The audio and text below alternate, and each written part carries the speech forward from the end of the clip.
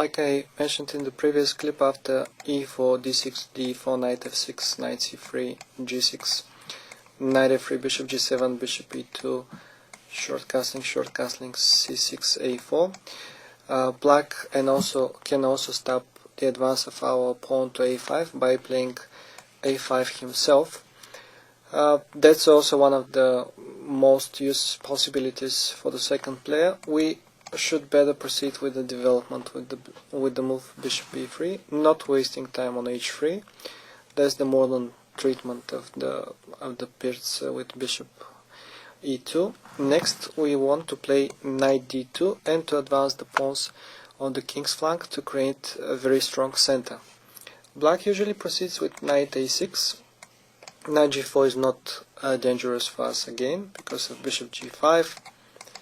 Say h6, bishop h4, and after knight a6 we just play the same move, knight to d2, followed by f4 once that this knight retreats.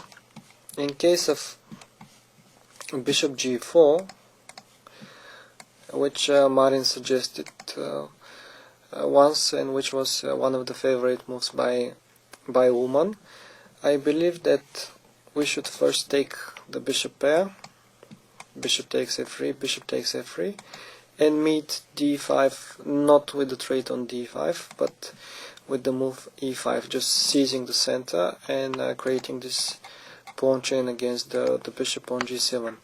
Next, we want to play g3, bishop g2, and then to advance the pawns on the king's flank with f4, g4, and f5, just expanding there. Sometimes we might need first to make some prophylaxis in the center with knight e2 and c3 to protect the pawn on d4, but you will decide during the game if you need it or if you don't need it. Well, then what we have left is the main move, knight a6. Knight a6 we answer with knight to d2, knight b4, and f4, just expanding on the king's flank. Our game is relatively very easy. We are the side that leads the game, that has the advantage in the center, the advantage in space, and once that we repel this knight in some lines, we can after that proceed with the attack on the king's flank. Our plan is to advance the pawns there and to try to mate the opponent's king. Say bishop h6, like Vallejo played. The other moves, e5 is important. We just take it twice, and we are not afraid that this pawn will be lost, because we can just give it, but not for free, by also ruining the pawn chain of the opponent. e6 was an important resource, and after bishop c4 we are just better. While the move rook e8, also suggestion by Martin, in this situation can be answered with the preparatory move h3, although I don't really think that g4 is that bad. He gives the line d5, e5, knight takes g4 is a possible idea for black, some tactical shot, because these two pieces are hanging.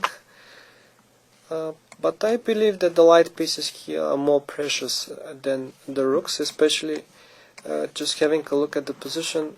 Black has all the pawns on the board, there are no open files, so I believe that the light pieces should do better. After that we can play h4, h5, or even f5 to try again to mate the opponent's king, and if this pawn moves, then the bishop can arrive on f6 in case of a need. After the move bishop h6,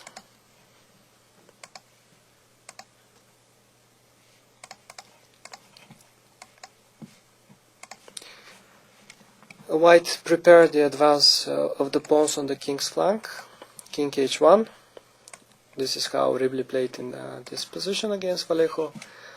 d5 was answered e5, knight e8, knight to f3. White is very comfortable, just black can place his pieces actively, but for only for a moment. After that, little by little, white is going to push him back into his half. Rook c1, f6. The thing that you need to know is that it's better that you never trade on f6 yourself if there is no concrete reason, if there is no immediate gain of material, for example. So here queen d2 is a good move. Knight g7, knight d1. Next, c3 is coming. This knight is repelled from the active position as a starter. Bishop e4 was played. c3, knight a6. Knight came on f2, and little by little, for the black pieces, it was getting less and less comfortable. They had to go back, and I believe that white was having the better chances all the time.